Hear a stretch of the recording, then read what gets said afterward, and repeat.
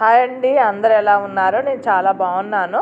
మీరందరూ కూడా బాగుండాలని ఆ దేవుని కోరుకుంటున్నానండి. మా విశేషాల ఛానల్కి ప్లీజ్ సబ్స్క్రైబ్ చేయండి, లైక్ చేయండి, షేర్ చేయండి, బెల్ ఐకాన్ కొట్టండి.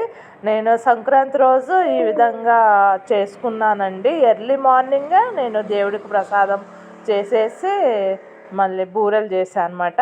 అరిసెలు చేసాం కానీ అరిసెలండి నువ్వులు వేసి చేయకూడదు. దేవుడికి ప్లెయిన్ అరిసెలే తీసి పెట్టాలా. అరిసెలు చేసినప్పుడు ప్లెయిన్ అరిసెలు చేసేసి ఫస్ట్ వాయి మాత్రము దేవుడికి తీసి పక్కన పెట్టుకోవాలంటే సంక్రాంతి పండుగ రోజు మనం దేవుడికి ఆ అరిసెలు అనేవి ప్లేట్లో పెట్టి దేవుడికి ప్రసాదం పెట్టాలండి. అప్పుడు సంక్రాంతి చేసుకునే విధానం వేరండి, ఇప్పుడు చేసుకునే విధానం వేరనమాట. నా చిన్నప్పుడు నేను ఎలా చేసుకున్నానో మీకు కూడా చెప్పాలని అనుకుంటున్నాను. అమ్మ నాన్న వ్యవసాయము చేసేవాళ్ళండి. మేము పుట్టింది కూడా వ్యవసాయం చేసే కుటుంబం నుంచి వచ్చినాము. పక్కా పల్లెటూరు అండి. సౌకర్యాలు ఉండేవి కావు ఇంతకుముందు, బస్సు సౌకర్యం కానీ. అప్పుడు రోజుల్లో ఎడ్ల బండి మీద వెళ్ళే వాళ్ళమండి, ట్రాక్టర్ మీద వెళ్ళే వాళ్ళము ఎక్కడికన్నా వెళ్ళాలంటే. నాకు అప్పుడు 10 ఇయర్స్ అప్పుడు ఆ టైంలోనే నాకు గుర్తుందండి సంక్రాంతి ఎలా చేసుకునే వాళ్ళం అనేది. ఇప్పుడు జనరేషన్కి తెలియదు కదండి. అప్పుడు మా జనరేషన్ టైంలో ఈ సంక్రాంతి పండగకి ఇంకా వ్యవసాయదారులు కదండి, పండించిన పంట అంతా ఇంటికి చేరుకునేది. ఆ సంతోషంతో ఇంకా సంక్రాంతి పండుగ అనేది సంతోషంగా జరుపుకునే వాళ్ళు అనమాట. ముగ్గులు ఒక నెల అంటే నెలగంట మొదలు పెట్టేవాళ్ళండి. నెల రోజులు పండగ వరకు నెల రోజులు వేసేవాళ్ళు ముగ్గులు. ఆ ముగ్గులను ఎలా వేసేవాళ్ళంటే కొంచెం కూడా స్థలం లేకుండా మొత్తము గొట్టంతో వేసేవాళ్ళండి. చాలా ఎంత ప్లేస్ ఉంటే అంత ప్లేస్లో కూడా మొత్తం నింపాలన్నమాట. కొంచెం కూడా ఖాళీ ప్లేస్ అనేది ఉండకూడదు.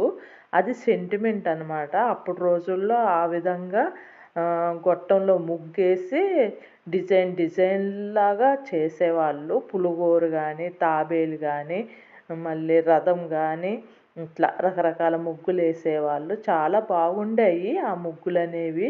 మేము కూడా నిద్రపోయే వాళ్ళం కాదండి, నైట్ అంతా ముగ్గులు వేసేవాళ్ళు. మా అమ్మ బాగా వేసేది, చాలా ఇష్టము అమ్మకి. మా నాయనమ్మ ఎట్లా చెప్తే అట్లా చెప్పినట్టు ఇన్ని వేసేది. ఇంకా నైట్ అంతా మేము నిద్రపోకుండా వాళ్ళతో పాటే తిరిగే వాళ్ళం అనమాట. సంక్రాంతికి ఒక నెల ముందు రోజు బుర్ర కథలండి, హరికథలు, ఇట్లా రకరకాల కథలు చెప్పేవాళ్ళు అనమాట. అందరం పోయి కూర్చొని మహాభారతం, రామాయణం ఎట్లాగో అవి కూడా అట్లాగే చెప్పేవాళ్ళు. మంచిగా అర్థమయ్యేదండి ఆ రోజుల్లో.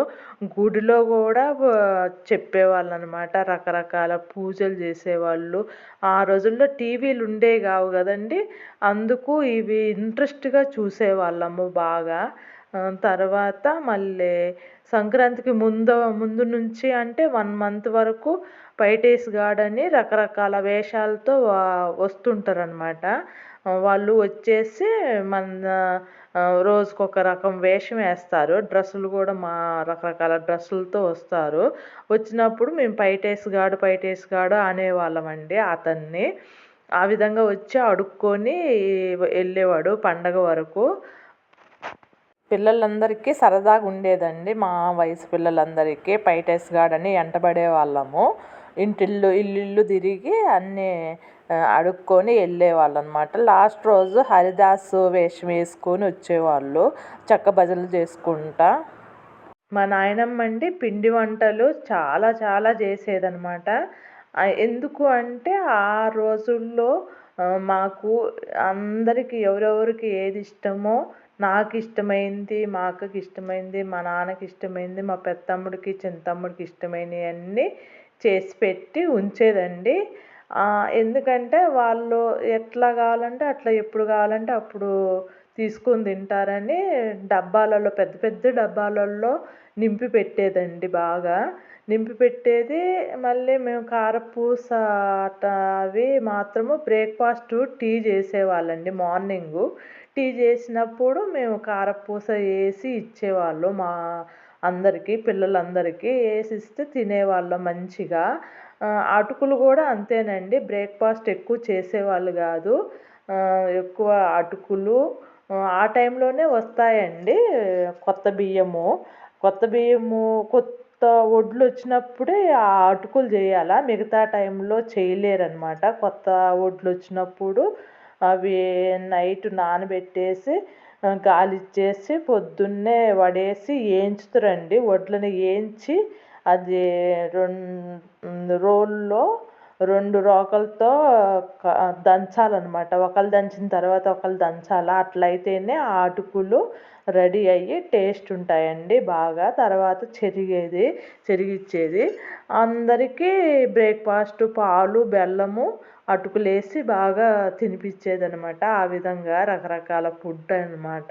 అప్పుడు ఆయే బ్రేక్ఫాస్ట్ అండి.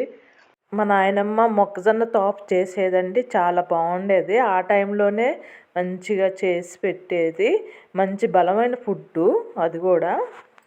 సంక్రాంతి అప్పుడే రేగి పండ్లు వడియాలు చేసేవాళ్ళండి.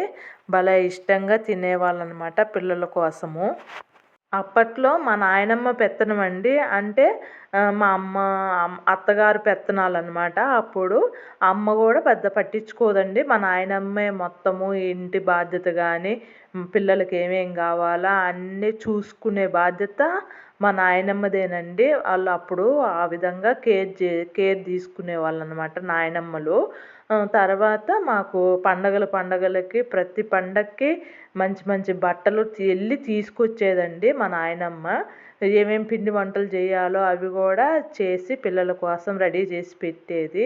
అన్నీ మా నాయనమ్మ చూసుకునేది. మా అమ్మేమో పిల్లలకి ఏమేమి బట్టలు నీట్గా రెడీ చేయటము ఆ విధంగా చేసేదనమాట పండగలప్పుడల్లా.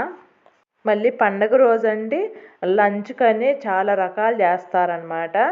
ఆ రోజు ముద్దపప్పు చేయాలండి, మామూలు రసం చేయాలా, చిక్కుడుకాయ కూర, వడియాల పులుసు, మళ్ళీ వైట్ రైసు, ఈ విధంగా చేస్తారండి లంచ్ అనేది. మనం రైతులు కదండి, రైతులు అలాంటప్పుడు పనికి వచ్చేవాళ్ళు కదా, అందరూ పనికి వస్తారు చాలామంది.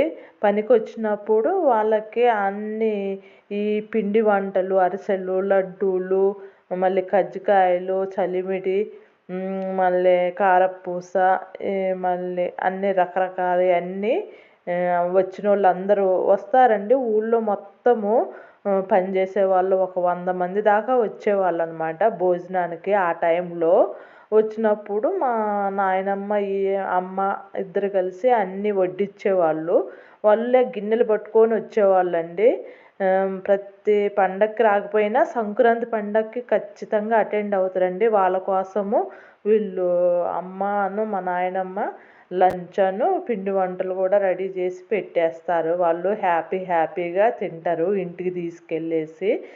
వాళ్ళకి పండగ ఎప్పుడు వస్తుందని ఎదురు చూసేవాళ్ళు అనమాట అప్పట్లో. అప్పుడు రోజుల్లో కట్టెల పొయ్యిలోనే వంట చేసేవాళ్ళండి. ఇంకా అమ్మ వాళ్ళకి జీతంగా 10 మంది పనిచేసేవాళ్ళు అనమాట. చేను చూసుకునేవాళ్ళు, ఇంటి చుట్టూ పనులన్నీ చేసేవాళ్ళు. 10 మంది వరకు ఉండేవాళ్ళండి. ఇంకా ఇదే టైంలోనే కందులు, పెసలు, మినువులు, ఈ రకరకాల గింజలు అనేవి సంక్రాంతి టైంలోనే వస్తాయండి. గొబ్బెమ్మలలో వేయాల నవధాన్యాలు, ఆ టైంలో వస్తాయి కానీ నవధాన్యాలు వేస్తారండి. ఇంకా వడ్లు వచ్చినప్పుడు ఒకటి గుమ్మి అనేది ఉంటుందండి. ఆ గుమ్మి నిండా నింపుకుంటారనమాట. అమ్మేసిన తర్వాత నింపుతారు. అవి ఇంట్లో కానీ వాడుకోవటానికని ఆ గుమ్మిలో పోసి పెడతారనమాట. గుమ్మి అంటే ఎంతమందికి తెలుసో కామెంట్ చేయండి. గుమ్మి అంటే ఎదురు మండలతో రౌండ్గా చుట్టి పెడతారండి. తర్వాత పేడ అనేది రాసి వడ్ల గింజలు బయటికి రాకుండా పేడ రాసి బాగా ఎండబెట్టిన తర్వాత మళ్ళీ వడ్లు పోస్తారనమాట. అదండి గుమ్మి అనేది. ఆ గుమ్మి అనేది అందరికీ రాదండి. వాళ్ళు చేసేవాళ్ళు సపరేట్గా ఉంటారనమాట. వాళ్ళు వచ్చి చేసేవాళ్ళు అప్పట్లో. వడ్లు స్టాక్ పెట్టుకునే వాళ్ళు అనమాట. ఇప్పుడంటే రూములు సపరేట్గా స్టోర్ రూమ్ లాగా పెట్టి స్టాక్ పెట్టుకుంటున్నాము. అప్పుడు గుమ్ములోనే పెట్టుకునే వాళ్ళము.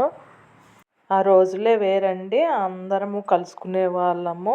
సరదాగా సంక్రాంతి పండగ నెల రోజుల వరకు సంక్రాంతి పండగ అనేది జరిగేది. సంతోషంగా హ్యాపీగా జరిగేది. ఇంకా ఈ వీడియో నచ్చింది అనుకుంటున్నాను. ప్లీజ్ సబ్స్క్రైబ్ చేయండి, లైక్ చేయండి, షేర్ చేయండి, బెల్ ఐకాన్ కొట్టండి. మరో వీడియోతో మీ ముందు ఉంటానండి. ఓకేనండి, బాయ్ బాయ్.